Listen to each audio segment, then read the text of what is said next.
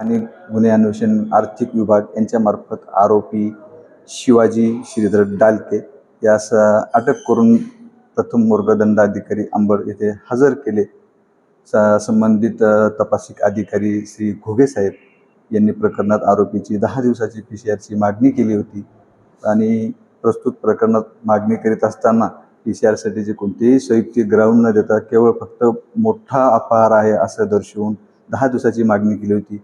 यासंबंधी आरोपीतर्फे मी विधिज्ञ म्हणून त्यांची बाजू मांडली. आदरणीय कोर्टाला सर्व मुद्दे सूत माहिती पटवून देऊन आदरणीय कोर्टाने प्रस्तुत प्रकरणात प्राथमिक तपासावर गुन्हा असल्यामुळे दिनांक 25/9/2025 पर्यंतचा PCR मंजूर केलेला आहे.